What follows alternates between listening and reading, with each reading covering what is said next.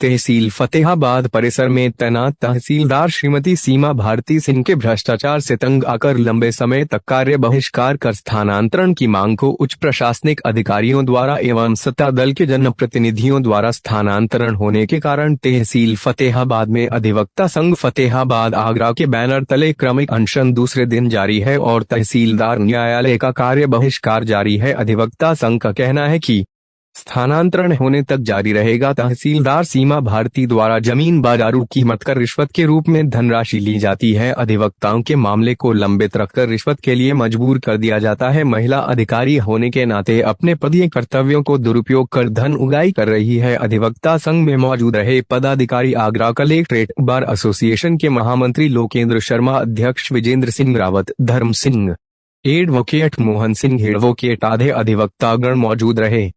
मेरा नाम लोकेंद्र शर्मा एडवोकेट है। मैं कलेक्ट्रेट बार आगरा का महामंत्री हूँ और यहाँ अभी सभी साथियों के बीच में जब पता लगा कि यहाँ पे सब लोग धरने बैठे हुए हैं और यहाँ के भ्रष्ट अधिकारी के विरुद्ध पहले भी, तहसीलदार के विरुद्ध पहले भी यहाँ पे आंदोलन चलता रहा है और उसी आंदोलन लेके हम लोगों ने जिलाधिकारी महोदय से भी मुलाकात की थी, सभी अधिकारियों से बात हुई थी हमारी, हमने अपनी बात रखी थी। यहाँ तक बात तो ये यहाँ के अधिवक्ताओं की समस्या नहीं, आम जनमानस की समस्या है और भ्रष्टाचार का प्रभाव हम लोगों पे कम पड़ता है लेकिन बाधकारियों पे ज़्यादा पड़ता है, क्यों पैसा उनको देना पड़ता है। हम लोगों की अंतरात्मा गवाह नहीं करती है कि हम इस काम को करें, लेकिन मजबूरी में जनहित में, जनता के अपने क्लाइंट के हित में हम लोग चाहते हैं भाई कि यहाँ पे काम अवरुद्ध न हो। लेकिन जब फतेहाबाद तहसील के भिन्न भिन्न गाँव के लोग आते हैं, यहाँ से लौट के जाते हैं, हमको कष्ट होता है। लेकिन ये लड़ाई अधिवक्ताओं की लड़ाई न होकर आम जनमानस की लड़ाई है और जनता की लड़ाई में अधिवक्ता उसकी अगुवाई कर रहा है। तो क्या प्रशासनिक जो पदाधिकारी हैं वो क्या आपसे पैसे मांगते हैं, रिश्वत मांगते हैं? नहीं, बिना पैसे काम का कौन सा हो रहा है। और कुछ अधिकारी ईमानदार भी होते हैं, ईमानदारी काम भी करते हैं, लेकिन यहाँ की समस्या तो बहुत पुरानी चली आ रही है।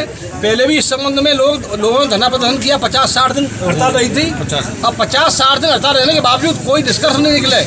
इसका मतलब आप स्वयं समझ सकते हो, आप पत्रकार बंधु हो, आप इससे पहले जो तहसीलदार रहे थे तो उनके साथ भी यही समस्या का सामना करना पड़ता था, या ये जो तहसीलदार है उनके सामने ही ये समस्या? उनके सामने नहीं इतना था, उनके सामने इतना नहीं था। अन्यथा जब अधिवक्ता विरोध करता है, हड़ताल करता है, किसके लिए करता है? अगर काम ईमानदारी चल रहा है तो हम लोग क्यों किसी काम में अवरोध बनेंगे? हम प्रशासन का सहयोग करने वाले लोग हैं। हम अधिवक्तागण और प्रशासन मिलकर काम करता है जब जनता का भला होता है। जब अधिवक्ताओं को दिक्कत होती है, इनके क्लाइंटों को दिक्कत होती है, तब हम लोग विद्रोह की या अपनी आवाज़ उठाने की बात रखते हैं, जिससे भ्रष्टाचार समाप्त हो और जनता का काम निःशुल्क रूप से होना चाहिए। ये जो है अभी आप धरना स्थल जो बैठे हुए हैं, ये प्रदर्शन कितने दिन से चल रहा है? ये तो अभी स्टार्ट हुआ है, लेकिन मुद्दा वही है, व्यक्ति वही है जिसके खिलाफ हड़ताल पहले 50-60 दिन चली है। व्यक्ति वही है, समस्याएं वही है। बीच में अधिवक्ताओं द्वारा ये सब लोग जनता की भावना को देखते हुए कि भाई बहुत दिन हो गए, एक बताओ 2 महीने तक हड़ताल करना बहुत बड़ी चीज़ होती है और अधिवक्ताओं को बिल नहीं चलने होते हैं। ये जनता जो है यही हम ये अन्नदाता है हमारी, ये रोडी देती है, हमको पैसा देती है, हम उससे काम करते हैं। 2 महीने बाद अधिवक्ता ने हड़ताल खोली और इसलिए जनता के हित में खोली, लेकिन सोचा शायद उन्हें अधिकारियों में सुधार आएगा। जिस सुधार नहीं आया है, फिर मजबूरी में उन्हें ये निर्णय लिया गया है और ये निर्णय कब तक चलेगा? जब तक न्याय मिले तब तक चलेगा। इस समय आपकी यहाँ मौजूदगी में संघ के कौन कौन लोग, पदाधिकारी कौन कौन मौजूद हैं? हम कलेक्ट्रेट बार के महामंत्री, हम आगरा से आए हैं। हमारे बीच में कुशवाहा जी, ग्रेटर सीमा भारती और तहसीलदार फतेहाबाद आगरा। जी मैम, ये जो हम अभी बाहर देख रहे थे तहसील परिसर के अंदर, ये जो अधिवक्ता लोग हैं, जो वकील लोग, वो जो अभी तहसीलदार मुर्दाबाद के जो नारे लगाए जा रहे हैं, वो हड़ताल किए हुए बैठे हुए हैं, तो वो किस मामले में बैठे हुए हैं? क्या आपको इसके बारे में कुछ जानकारी है या आप कुछ कहना चाहेंगे? जी, एक्चुअली इनकी यहाँ पर फतेहाबाद में इनके 3 अधिवक्ता संघ हैं। तो पहले भी हड़ताल हुई थी जो एक 3/7/2021 से लेकर 19/7/2021 तक चली थी और उसमें एक समझौता हो गया था, इनसे वार्तालाप किया गया था और एक समझौते के आधार पर वो हड़ताल ख़त्म हो गई थी। वो 3 संघ में से 2 संघ उसमें ज़्यादा एक्टिव थे। अब ये तीसरा संघ है, ये उन्हीं की हड़ताल है। धर्म सिंह जी का एक संघ है, अधिवक्ता संघ, उनकी तरफ से ये 3 में से 1 की हड़ताल है और वो शुरू हुई है कल, यानी कि 24/9 को। तो इनका जो है मुद्दे वही हैं जो पहले थे, ऑलमोस्ट मिलते जुलते।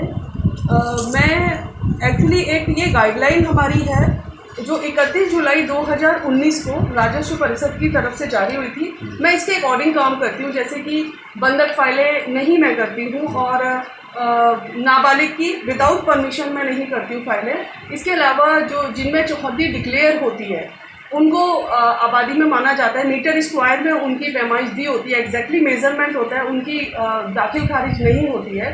तो ये एक दबाव होता है इनकी तरफ से कि ये सब किया जाए, और जब इनके अकॉर्डिंग काम नहीं होता है तो एक इनका ये शुरू हो जाता है, विरोध शुरू हो जाता है। इसके अलावा जो इस समय जो हड़ताल है उसमें विशेष रूप से जो धर्म सिंह जी एडवोकेट और इनके साथ एक मोहन सिंह जी हैं, दोनों के खिलाफ अभी कुछ ऑर्डर्स पास हुए हैं।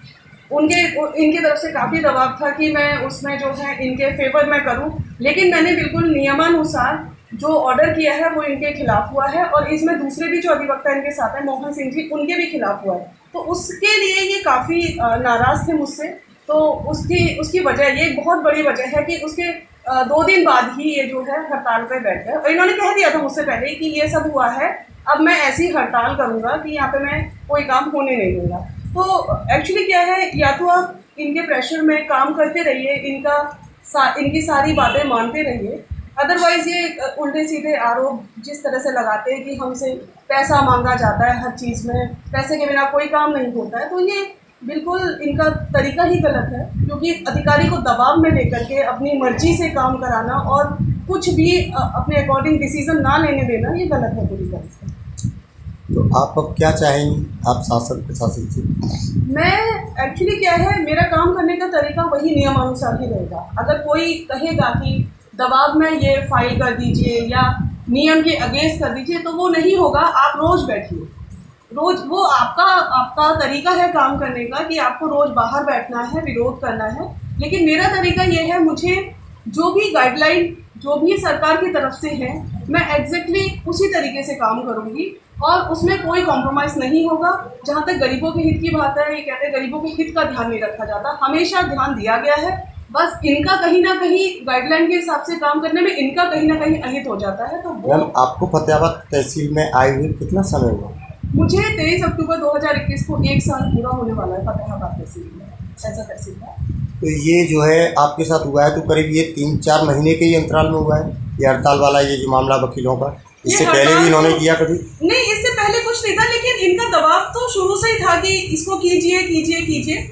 लेकिन शुरू से जब से मैं आई थी तभी से था। तो कहीं ना कहीं इनकी शिकायतें, ये उस चीज़ को एग्जैक्टली ना बोल के दूसरी तरफ की दाखिल खारिज की स्पीड कम है, ये कम है, तो उसको मैंने काफ़ी सुधारा।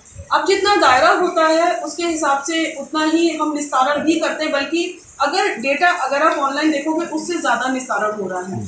बट प्रॉब्लम ये है ना कि ये कंटिन्यूसली इनकी शिकायत रही कि ये भी काम कीजिए, ये भी काम कीजिए। तो एक दिन ऐसा आया कि शिकायतें करते करते कि नहीं, अब कुछ हो नहीं सकता, अब जो है एक विरोध शुरू करना ही पड़ेगा। तो अल्टीमेटली जब इनकी बात मानी नहीं गई तो एक थक हार फिर इनको ये भी था कि कहीं ना कहीं चली ही जाएंगी यहाँ से, अपने आप इतने समय बाद तहसीलदारों के ट्रांसफर हो ही जाते हैं। बट जो भी है मेरा नहीं हुआ, तो इनको ये लग गया कि अब तो ऐसे ही काम करना पड़ेगा। तो आई मीन एक विरोध इनका वो तो शुरू से ही था, वो मैं मानती हूँ।